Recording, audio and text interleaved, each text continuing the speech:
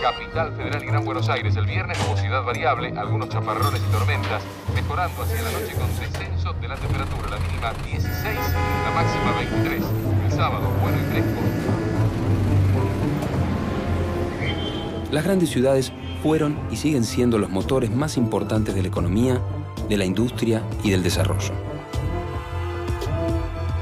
Muchas de ellas crecieron exponencialmente y de manera desordenada, generando inesperadas problemáticas ambientales.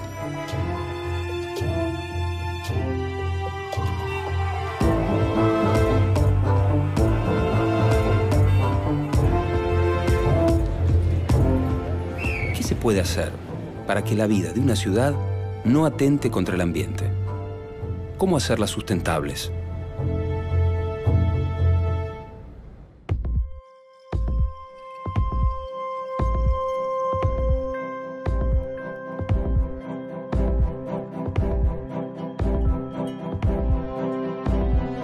La población mundial no deja de crecer y el desarrollo es fundamental para cubrir sus necesidades. Pero el crecimiento, muchas veces, depende de recursos que no son renovables. Ante este dilema surgen preguntas. ¿Pueden convivir el desarrollo y el cuidado del ambiente? ¿Es posible en la práctica la sustentabilidad? Producir, consumir y descartar es inevitable. La diferencia puede estar en la forma en que lo hagamos.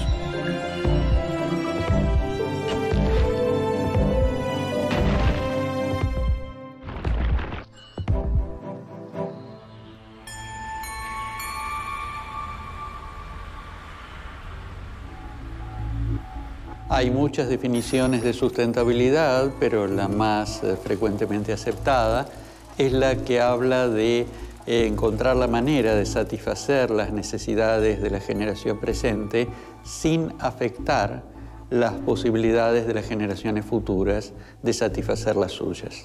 Una ciudad sustentable o que se aproxime a la sustentabilidad tendría que tener el impacto ambiental más bajo posible sobre el suelo, el agua, el aire, y al mismo tiempo tendría que ser el reflejo de un entorno que también es sustentable.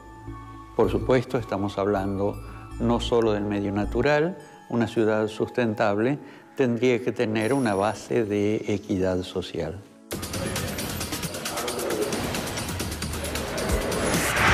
Habría que definir primero qué es ciudades sustentables, y básicamente ahí hay que hablar de dos cosas. Primero, cómo la ciudad, que es una cosa artificial, se apoya sobre la naturaleza.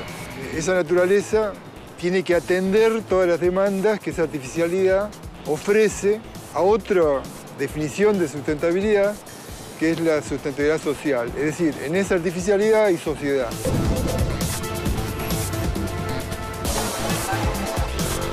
La vida urbana, en principio, es una actividad que demanda mucha naturaleza y consecuentemente, eso define la crisis de sustentabilidad. ¿Cuánto necesita un habitante urbano para considerarse sustentado? Más o menos 4 hectáreas de naturaleza. 4 hectáreas que necesita para su metabolismo, para eliminar sus desechos, para alimentarse, para el combustible, para respirar. Esa es la sustentabilidad.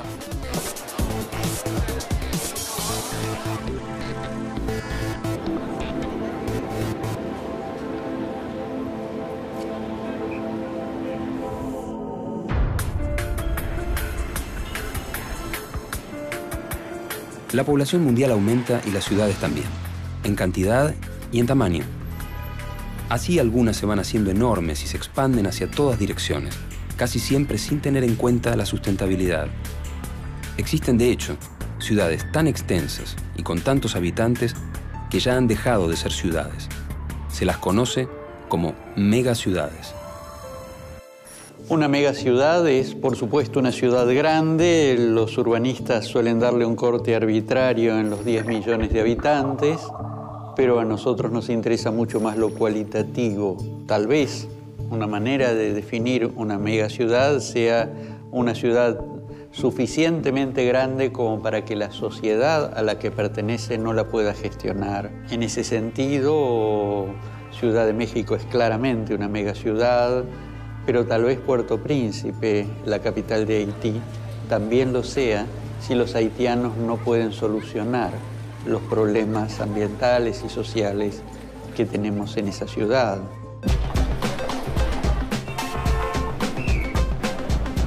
Uno tiene la sensación de que son poderosas, pero en realidad, cuanta más gente junta haya, más frágiles son los sistemas de comunicación, más frágil es el aprovisionamiento de agua potable, más crítico es cualquiera de los sistemas que puede fallar en cualquier momento.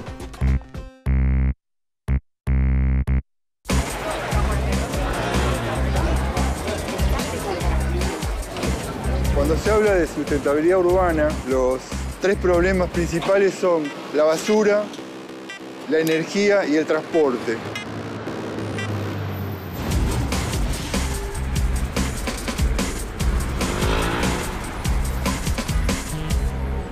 El transporte constituye hoy en día uno de los problemas más importantes, uno de los problemas más conflictivos en las ciudades y en especial en las grandes ciudades.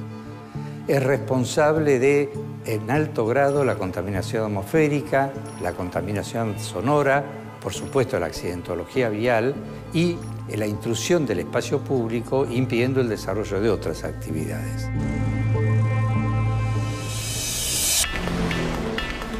En una ciudad como el caso de Buenos Aires, entran y salen 4 millones de personas. Del conurbano a la ciudad todos los días. Es un número tremendamente importante. Un desplazamiento diario de 4 millones produce un sistema en colapso de todo el sistema de transporte.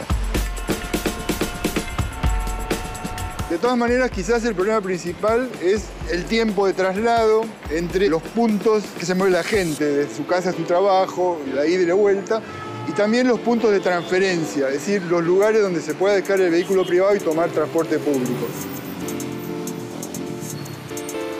Si ese tiempo es mayor a 1 hora, 1 hora y media, hablamos de problemas de sustentabilidad.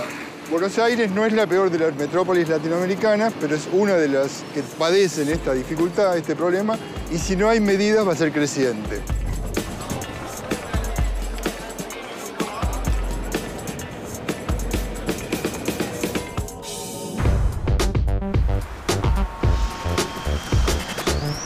De los 40 millones de habitantes que tiene la Argentina, casi la mitad vive en ciudades de más de 500.000 personas. Con el crecimiento de estas ciudades, nacen nuevas oportunidades y también aumentan los problemas ambientales. La gestión de los residuos en las ciudades y en las grandes ciudades en especial es también una cuestión bastante problemática. Podemos hablar de quiénes provocan los residuos, la población, la actividad social de la población, la industria, pero evidentemente el que se lleva las galas por lo problemático son los residuos domésticos, que aumentan progresivamente en cuanto a cantidad por día. Esto es evidentemente el resultado de una cultura consumista que hace que cada vez necesitemos más cosas y que cada vez las cosas que utilicemos tengan menos vida útil.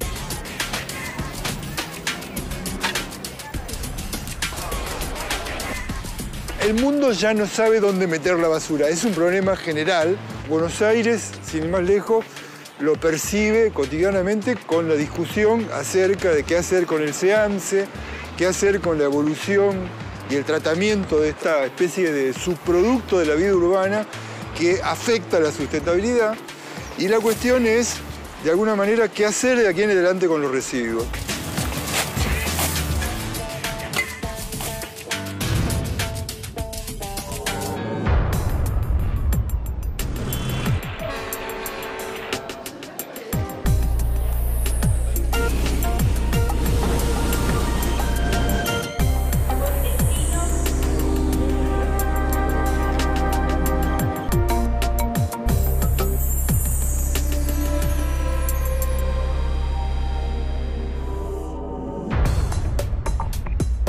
Casi ninguna ciudad del mundo se construye en base a un previo planeamiento urbano, sino que se van armando a medida que crece la población.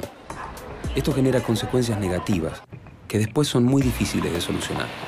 Las enormes cantidades de cemento, sumado al transporte y al consumo, hace que las ciudades no solo sean gigantescos centros urbanos, sino también enormes centros de calor. Isla de calor es un fenómeno que ocurre en las ciudades, que hacen que las ciudades tengan mayor temperatura que el campo. En la ciudad, los rayos del sol, al impactar sobre materiales duros, como ladrillo, como piedra, como cemento, que absorben esa luz transformada en calor del sol, los retienen y los van soltando. Y eso hace que en las zonas más construidas de cualquier ciudad tengamos una mayor temperatura que en la periferia o inclusive en el campo.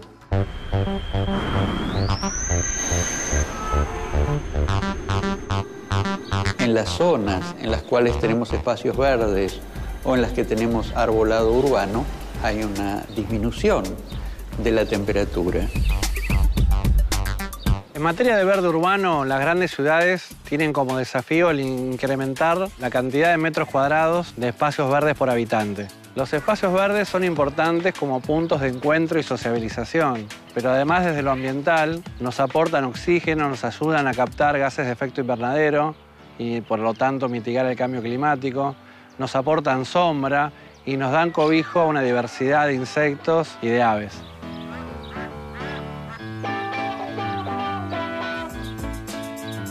En las grandes ciudades, el desafío es poder lograr la meta de los 10 metros cuadrados de superficie verde por habitante.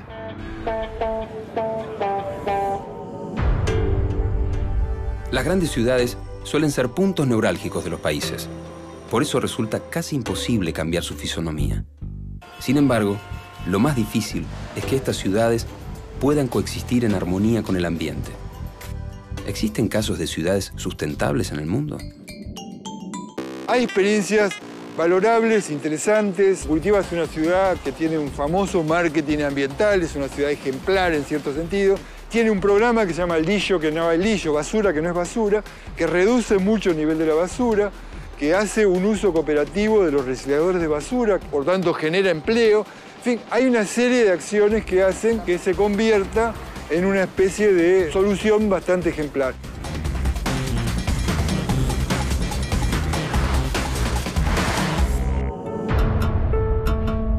¿Cómo se dividen las emisiones de gases de efecto invernadero en la producción de un auto? Acero, 67%. Vidrios, 4%. Neumáticos, 4%. Plásticos, 13%. Líquidos, 9%. Otros, 3%.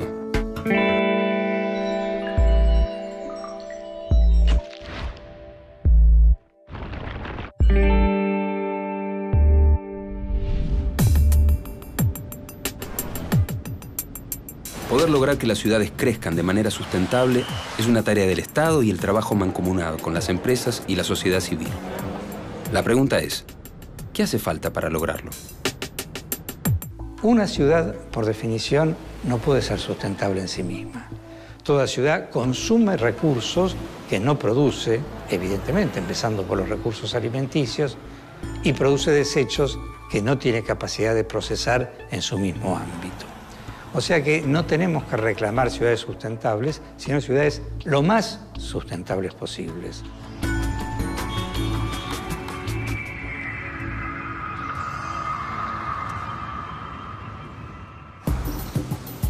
Rafaela es una de las ciudades argentinas que está creciendo vertiginosamente.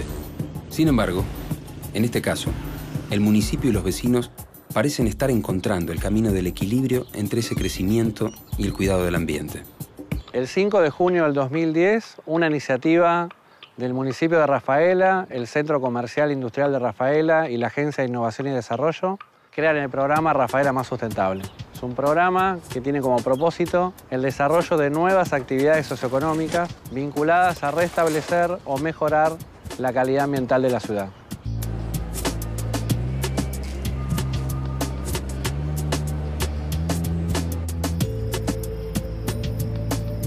El despliegue del programa se basa en 3 estrategias. La primera, la articulación público-privada.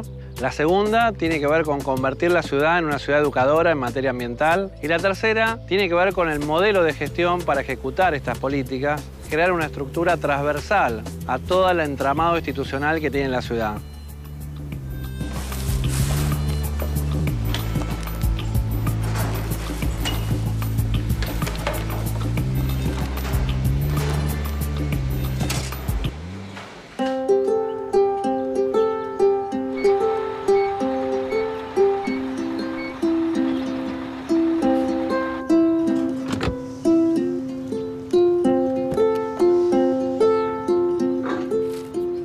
El programa desarrolla ejes de trabajo.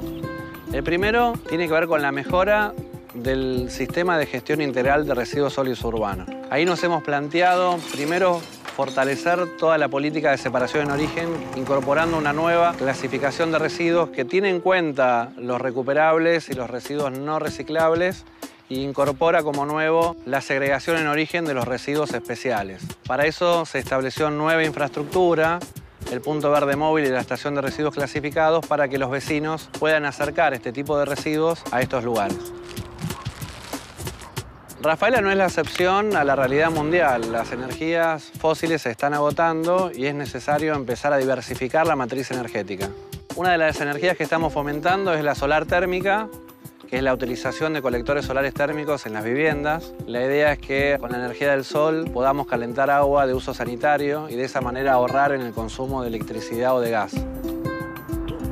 La municipalidad me hizo una proposición, poder instalar un sistema de energía solar de agua caliente sanitaria. Decidimos hacer la prueba y animarnos y la verdad que tuvimos una muy buena experiencia. El ahorro es bastante importante. 8 meses del año funciona prácticamente con energía solar. Ya el hecho de empaparse con el tema de esta tecnología hace que uno no derroche tanto, entonces cuida un poco más el recurso. Rafaela, al igual que otras ciudades intermedias, tiene una fuerte problemática vinculada a la cantidad de coches y motos que hoy existen en el espacio público. Por eso el programa se plantea un plan de movilidad sustentable que lo que intenta es promover nuevas formas de desplazamiento. En el marco del programa Rafaela Más Sustentable se generó la iniciativa del Camino Escolar Seguro y es una iniciativa de movilidad sustentable y un recurso educativo. Camino Escolar Seguro es una vía preferente que consta de 30 cuadras aproximadamente y se hizo una transformación urbanística del entorno escolar para que los desplazamientos de los escolares sean más seguros y puedan venir progresivamente solos caminando a la escuela.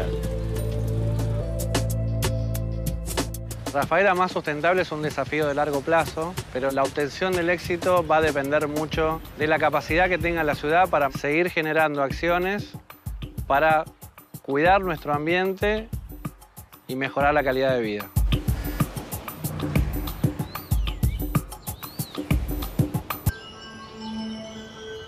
Los aspectos positivos del caso Rafaela son innegables. Pero esta ciudad santafesina sigue siendo chica en comparación con las grandes ciudades argentinas. ¿Se pueden replicar sus iniciativas en Rosario, Córdoba o Buenos Aires? Al hablar de gestión de sustentabilidad, naturalmente surge el tema de las soluciones, de cómo afrontar la crisis, de administrar cuestiones que se consideren deficitarias. Y por tanto, ahí aparecen las acciones, las políticas, los proyectos. Habría que maximizar el transporte público, minimizar y racionalizar el uso del transporte privado. Habría que reconstruir algo que fue bastante eficiente 30 o 40 años atrás, que fue el ferrocarril de cercanías, que es muy usado en casi todo el mundo. Múltiples acciones que en distintos planos habría que llevar adelante para perfeccionar y poner en marcha una gestión más razonable de la sustentabilidad.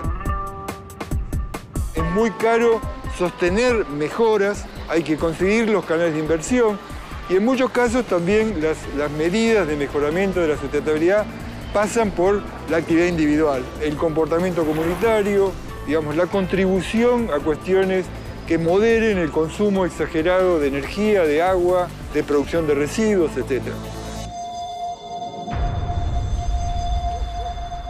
En general, las terrazas son sinónimo de cemento, de tanques de agua, de baldosas. Sin embargo, desde hace un tiempo, también están albergando jardines. Sí, jardines y plantas a los que se puede ir por ascensor.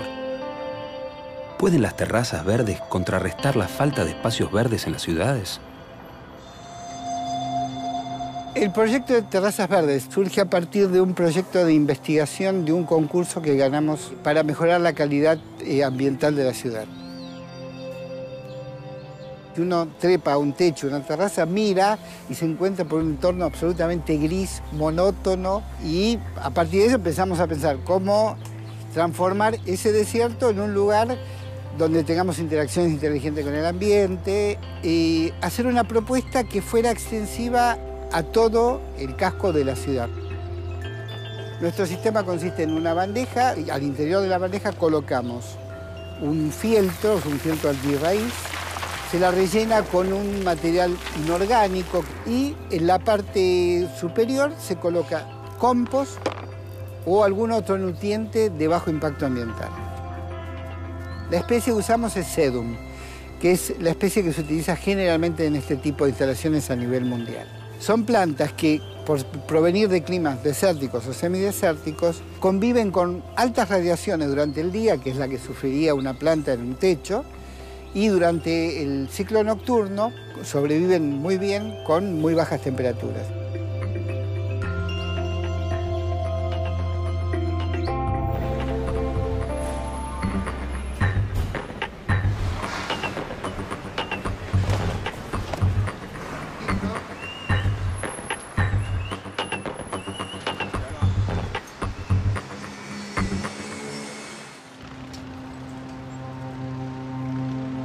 Vale la pena resaltar las ventajas ambientales que tiene la instalación de techos y terrazas verdes.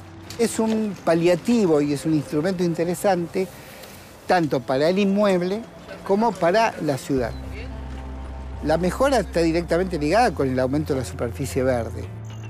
Y otro aspecto también reduce el efecto de isla de calor que tienen las ciudades. Por ejemplo, en la ciudad de Toronto, que tiene el 10% de los techos verdes, bajaron 2 grados la temperatura en verano. Y otro aspecto también que tiene que ver con lo cultural, que es cambiar y repensar el paradigma de cómo pensamos y diseñamos nuestras ciudades. Creo que el gran desafío que tenemos como cultura, como humanidad, es construir una interacción inteligente con el ambiente. Más que todo asumiendo que somos parte del ambiente y que el verde, la vida vegetal, forma parte indisoluble de esa supervivencia. Mi nombre es Rubén Schrott, soy director de la empresa Verdes Aires, constructora de techos y terrazas verdes.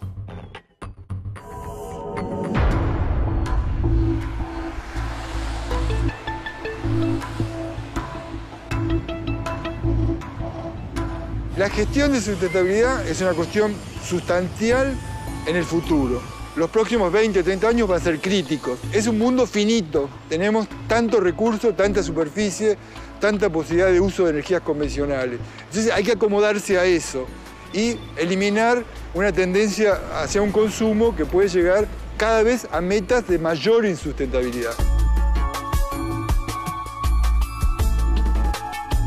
La construcción de sostenibilidad es un proyecto de lucha, donde se lucha armando espacios, conquistando territorios, creando territorios con una nueva definición que permitan la vida y la inclusión social, y a la par que se generan esos territorios se va definiendo cómo es el futuro. Es un proyecto entusiasmante y posible, y que está todo para hacerse, de modo que la sostenibilidad es posible.